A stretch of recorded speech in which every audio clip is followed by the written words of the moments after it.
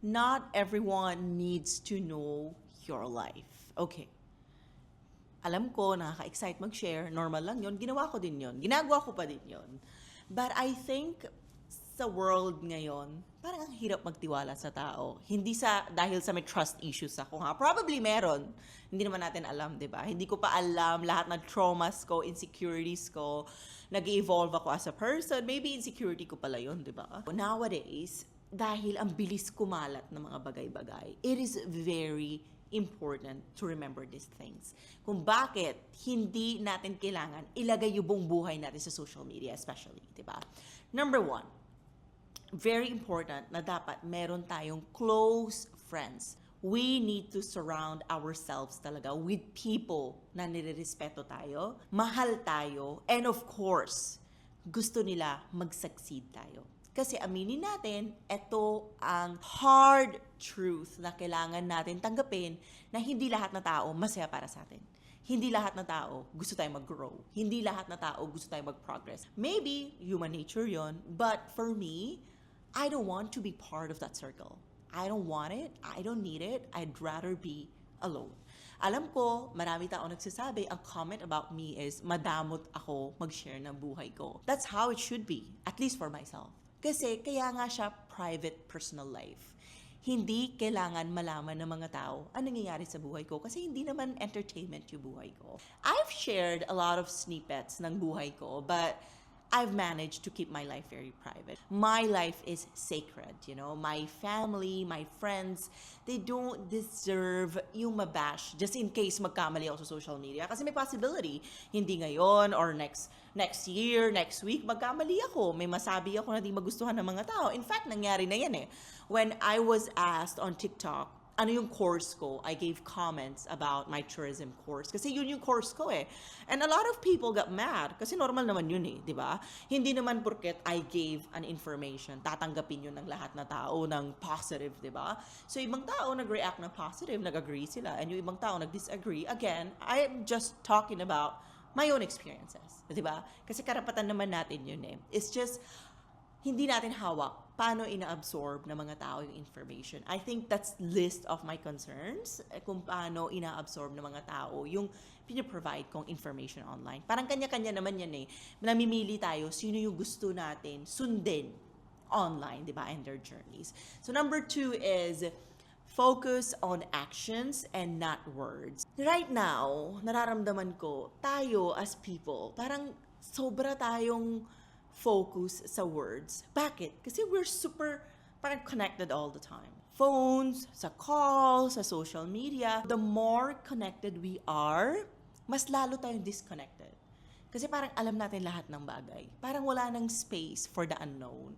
Wala nang space sa mystery. That's why actions for me, malaking bagay yun in everything. Diba? Pwede ko sabihin, oh, I don't want to share my life. I don't want to do ganito. Parang words lang. But you really have to commit to those words kasi. Kasi parang yun yung respeto ng mga tao. Actions. No matter kahit ano sabihin mo, if your actions mo hindi nagme-match sa words mo, parang wala din siya. Diba? That's why it's very important na yung life natin, i-keep secret natin na kahit magkamali tayo, okay lang.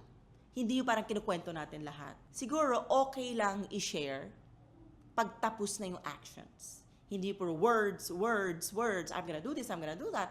I will fly here, I will do that. That's walang actions. It's one way of disrespecting ourselves. Siguro okay lang i-share pag nagawa na natin yung proper actions na sinasabi natin doon sa words.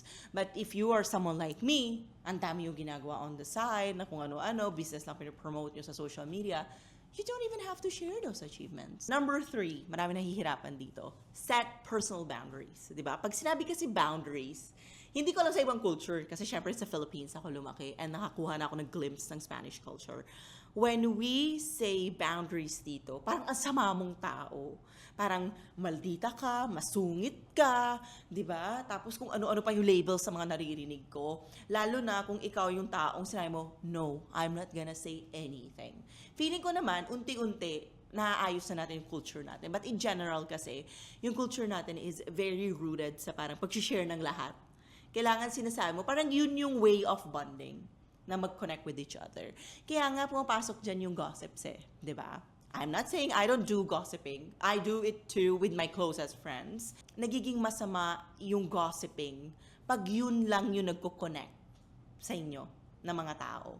You have to talk about other people para magkaroon ng connection. It's very important for us to decide what is for ourselves and ano yung for our families, ano yung for our friends, and ano yung for everyone on social media. I don't know how it works for people na wala businesses online kasi di ko yung experience. Bata pa lang ako, may business na ako online.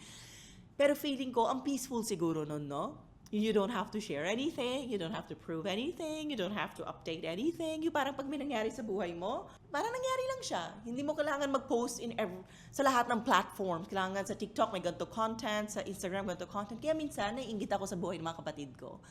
Kasi very private yung businesses nila Hindi nila ginagamit yung social media to promote their businesses. Sometimes, naiingit ako na parang ang kalmado ng buhay nila. Wala sila kailangan validation.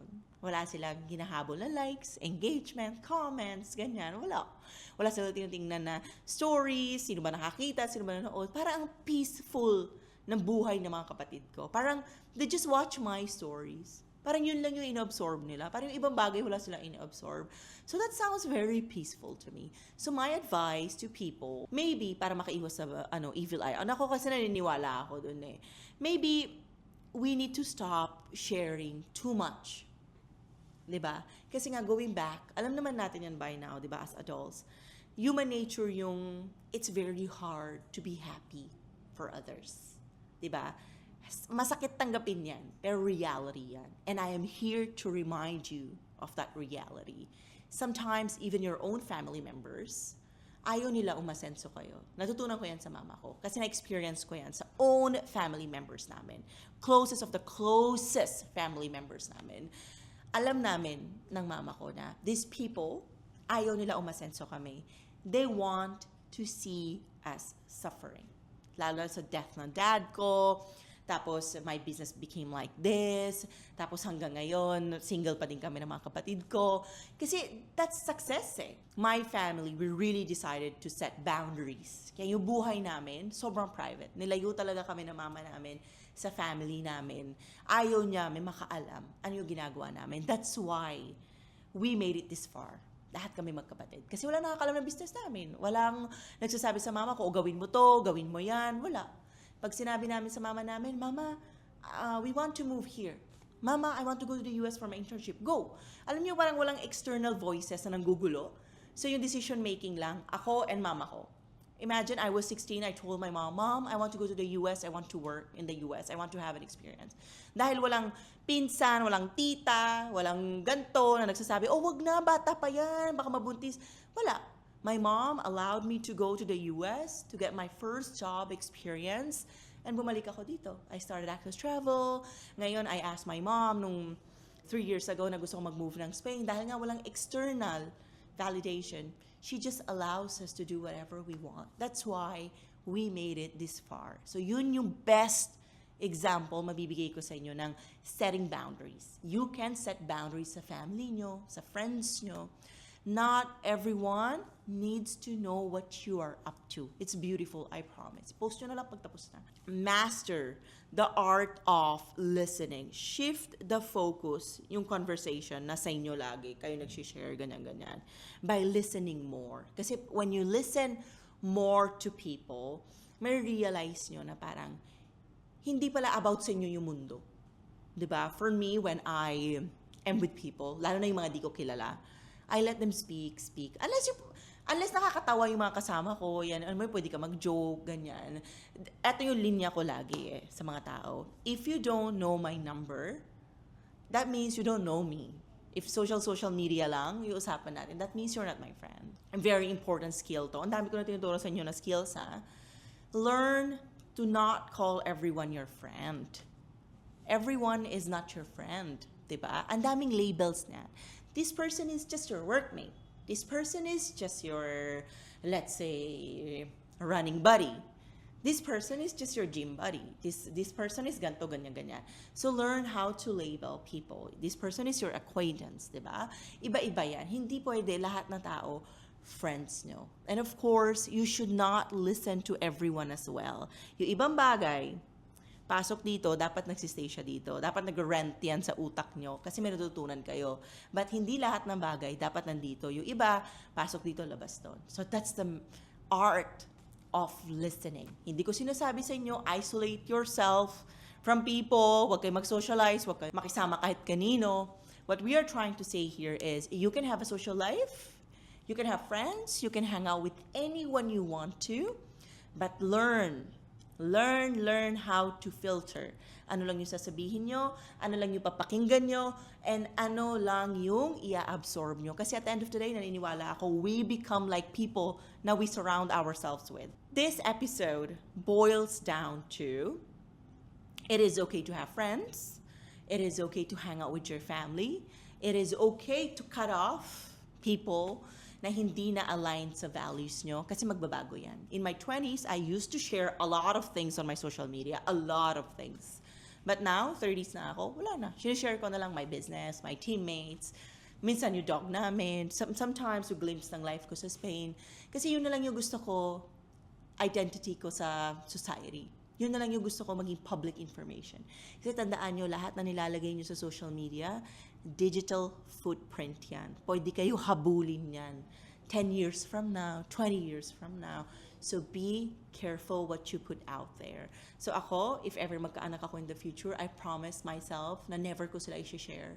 The world is beautiful, the social media world is very, very beautiful, but it is also very dangerous. Kaya nga up to now, I've never shared my family and never ko yun gagawin. So that's all for today, guys. Thank you so much for watching and listening. Please head over to our Instagram account, Life in Progress PH, and my TikTok account, Life in Progress Pod. My personal account is Angeli Dove, and you can also watch this episode on my YouTube channel, Angeli Dove. That's all, guys. Adios.